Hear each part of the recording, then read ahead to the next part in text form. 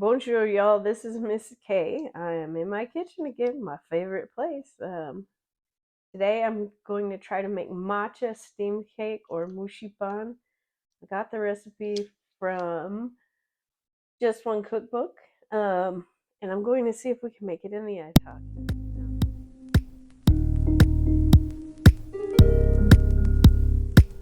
The recipe makes 4 cakes.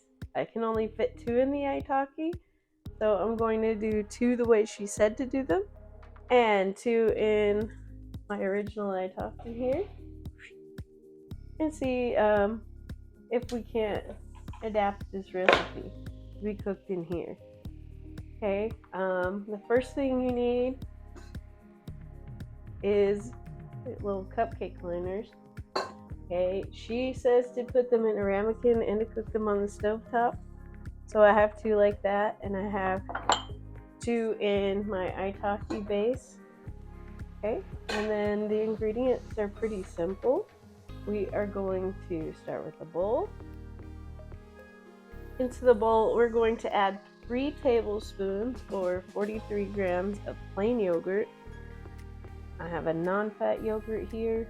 I'm assuming that a full-fat yogurt would probably give you a nicer cake, but this is what I have, so we're going with that. So on mine, I just calculated. I hate measuring by tablespoon if I can get away with it. So there we go. We've got our yogurt. And then we're going to add in an egg. Just a regular large egg.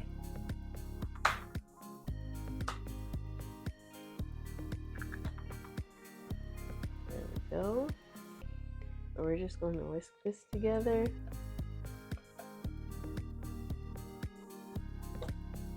And then we're going to add in a tablespoon of honey and a tablespoon of neutral oil. I am using a canola oil.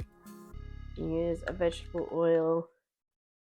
And like I said, I've decided to do matcha. She's got lots of different flavors on her website. This is just what I decided to do for the test run. So if you want to do the tablespoon of oil by weight, it is 12 grams.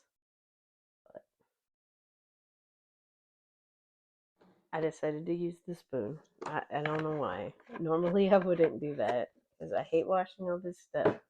And then we've got our spoon nice and oily. We can put in our tablespoon of honey. And if you don't want to do this, you want to weigh it, it is 21 grams.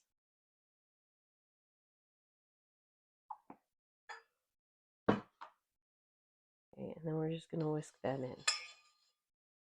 To this, we're going to add a tablespoon and a half of sugar,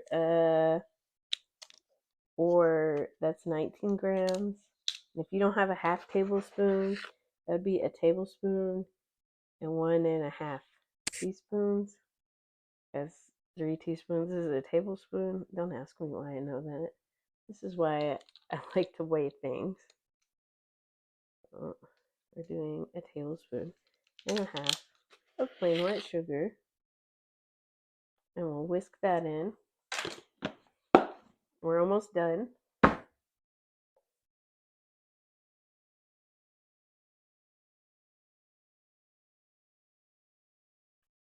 All right, there we go.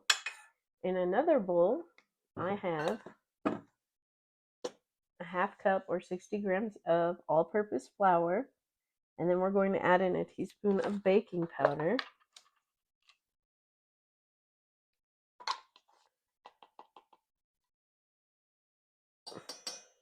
And then we're going to add in a teaspoon of matcha powder.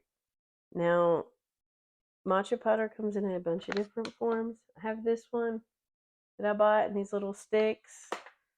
You can get like a little jar like this. When you're cooking with it, you don't need a really high grade matcha. That would be a shame. That would be something you want to drink. So we are going to sift this into our bowl here. They're wet. Okay, so I have whisked together my baking powder and flour. And I am just sifting that into this mix down here. And I'm going to leave back a little bit of flour because that way I can get all the matcha out of the sieve. Okay, it's a teaspoon of matcha powder. I'm assuming one of these little packets has a teaspoon in it. We're about to find out.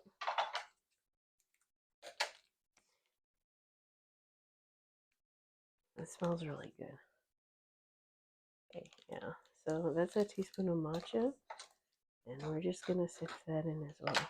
And you can either hit it with your spoon or you can shake it like that. Doesn't matter. Get out all the clumps. And then we're going to fold this in. Use a spatula. I'm using the spoon that I had the yogurt. Got the yogurt out with. When you fold, you just want to go under and over. Be gentle. You don't want to mix it too much. Turn the bowl as you go. Scrape down the sides. This smells really good. If you don't like matcha, you can leave it out. Try a different flavor. Chocolate. You can do it plain. She has one that's corn and cheese. So, not sweet. That sounds interesting. I might make it next if this works out in the itaki. Alright, so there you go. I don't see any more dry. So I'm going to call that mixed. And then we're going to go for our little ramekin. Okay, I'm just going to use my disher to separate these out into my 4 cupcake liners. Okay.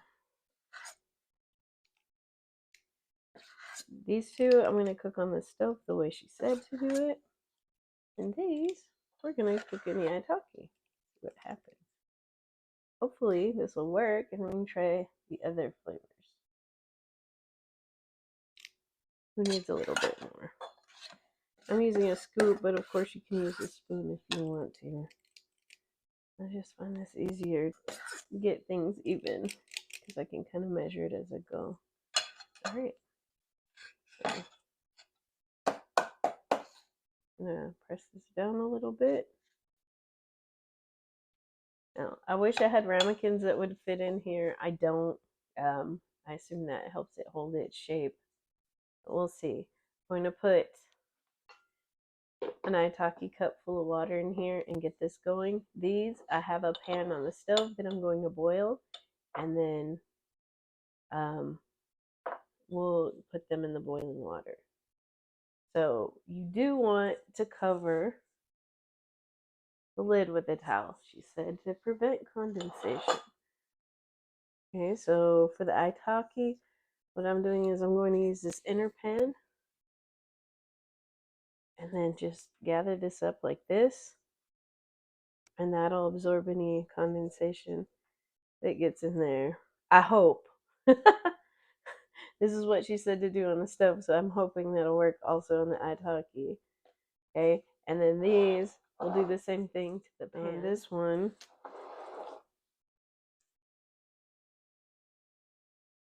and these, I just picked towels that were lint-free, cotton towels. I use them all the time when I'm doing bread.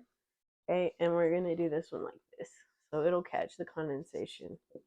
Okay, and let's see what happens. Be very careful, this is boiling water after all. And then 12 to 14 minutes. And now for our itaki ones, we're going to do 2 cups of water. Now, I like to use the distilled water. I told you guys before, it keeps it from getting crusty. And let's cross our fingers and hope this works.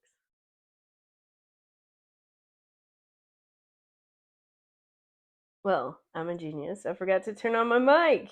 So these are ready. These are the ones that were in on the stove. I told you earlier, but you couldn't hear me because I forgot to turn on my mic.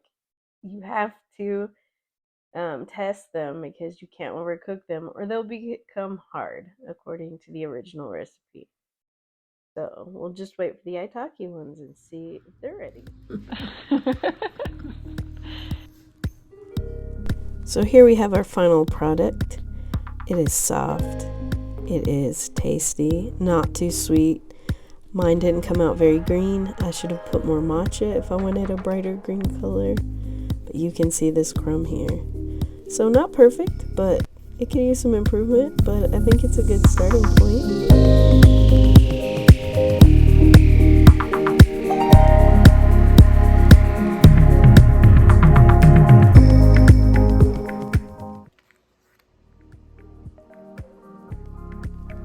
Look at the crumb.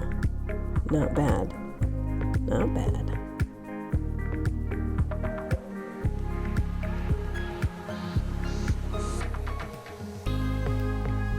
I did have one that sunk in the middle. Not sure why. So there you have it. Japanese matcha steam cakes. Check out this other video where I cook in the itaki. Have a great day. Au revoir et bon appétit.